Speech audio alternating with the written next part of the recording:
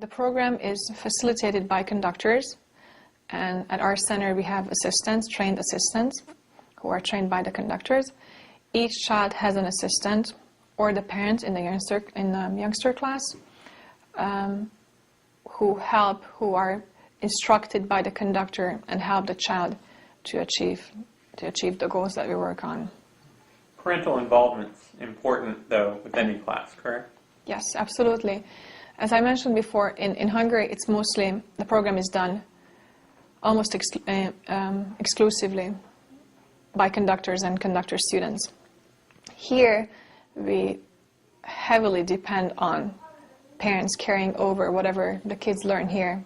And I'm not really saying that they need to do the program at home. Whatever we learned here, the kids need to be able to practice those skills. Let's say someone learns to walk with the tripod canes, those little blue canes. If they can't or won't practice that skill, it's going to take so much longer to get to the point that they can actually be independent with those canes. But if the parents take the time and make the effort to work on practicing those newly learned skills, obviously the learning process is going to be so much shorter. What's the ultimate goal for any student in this program? It absolutely depends on the child. As I mentioned before, we have different kids with different abilities. What we are trying to do, we set goals for each quarter, for each child. We are trying to achieve those goals quarter by quarter. The ultimate goal, obviously, to achieve their maximum potential.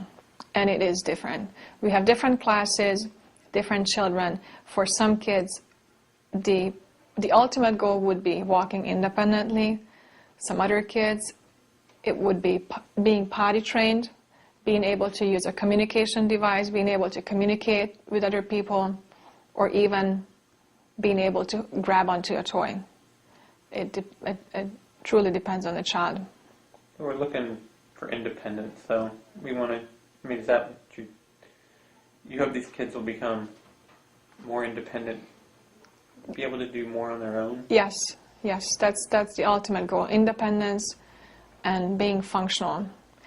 And when I mean functional with that very supportive assistive technology devices. If I see a child who can walk with a walker, and in a public school they're sitting in a wheelchair, it's just very wrong. Just very wrong to me.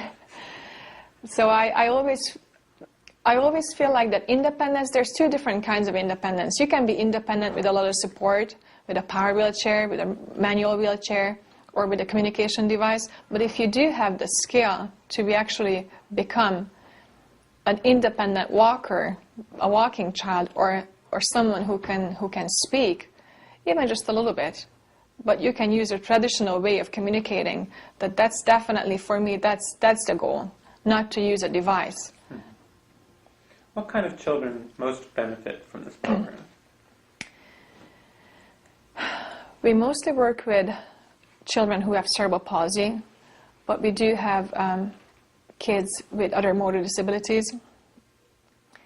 Conductive education, as it's in its name, it's an educational program. It's about communicating with the kids, verbally instructing them, so that the children have to be able to follow some instructions.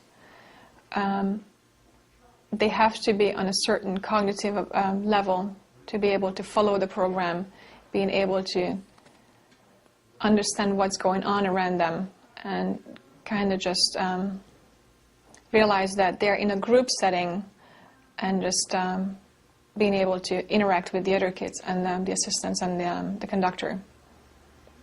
Before a child enters the program, they go through an assessment process. Can you tell us a little bit about what happens in that time?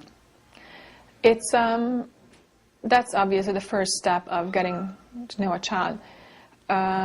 Usually we get an assessment form that the parents fill out online. A conductor reviews that. We call back the prospect family. We talk to them. We fill out another prospect form just based on the questions that we ask. And if we we feel that the child would benefit or could benefit from the program, we set up an assessment. The assessment is usually an hour. The way I like to do my assessments, I like to talk to the parents a lot, because obviously the parents are the ones who know their kids the best. But at the same time, we obviously do some hands-on evaluation as well. I mainly focus on what I'd like to see from a child, if the child is willing to interact, if the child is willing to follow directions and able to understand directions, and we're pretty much evaluating their cognitive, social, and physical level. And if we feel that this is the program for the child, then we offer one of the classes that we have currently. How did you first become involved in Conductive Ed? I would love to tell you a beautiful story that I was committed since I was 10 years old, and that was my dream job. I do not have any siblings. I don't really have cousins either. I had my first cousin when I was 20, and I really don't have any special needs people in my family. It was really interesting. For some reason, I wanted to become a speech therapist. Don't ask me why. It just sounded really, really good. So that was my plan.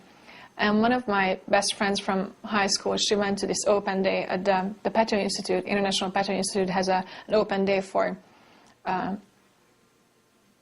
prospect students, so you can check out the college, because it's a college itself. So if you enroll to that college, you can become a conductor, and only a conductor. It's not like universities here when you enroll and you can change your major throughout whenever.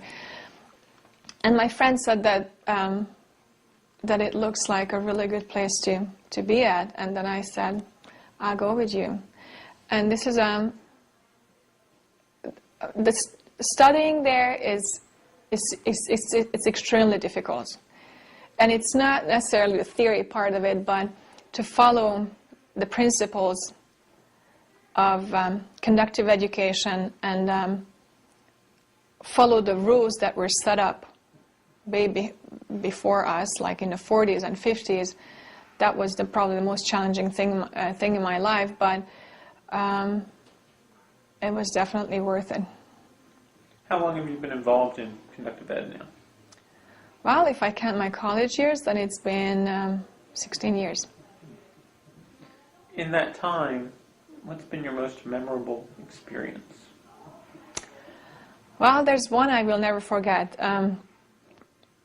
I'm assuming it's always the first, when I had the first student who actually learned to walk independently. And it was obviously it was very emotional. Everybody cried. But it was almost like I wasn't even expecting it to happen that day. I had a class only for four girls. There were only girls in the class. And this particular little girl was a twin. She had a twin sister. Her name is Cassie, and the other little girl is Nikki. And I always knew that Cassie had the potential to walk by herself, but we've been working on walking with one cane for so long that I didn't really think that she was ready to do this. And that one day I just said that we had a really, really long hallway. It was back in Minnesota when I was there. And then I had her stand by one end of the hallway, and I said, let's just try. That was the last thing we did that day. We were ready to go home, and I asked her, just try to take a few steps. And we were all standing, the assistants and her personal assistant, who's been with her for like 3 or 4 years, and I was teaching her for 2 years at that point. And I said, let's just try it. Why not? And then she literally walked the whole hallway, which was, I don't know how long. It was very, very long. It was a big building. And I think she actually surprised herself too. She just kept walking and walking. It's almost like, those movies when it's slow motion and you can recall every single moment of it. She walks, and when she got to the actual door, when she was ready to leave, everybody was in shock, and everybody was, I just looked around and everyone was crying, and it was probably the first best moment of my career.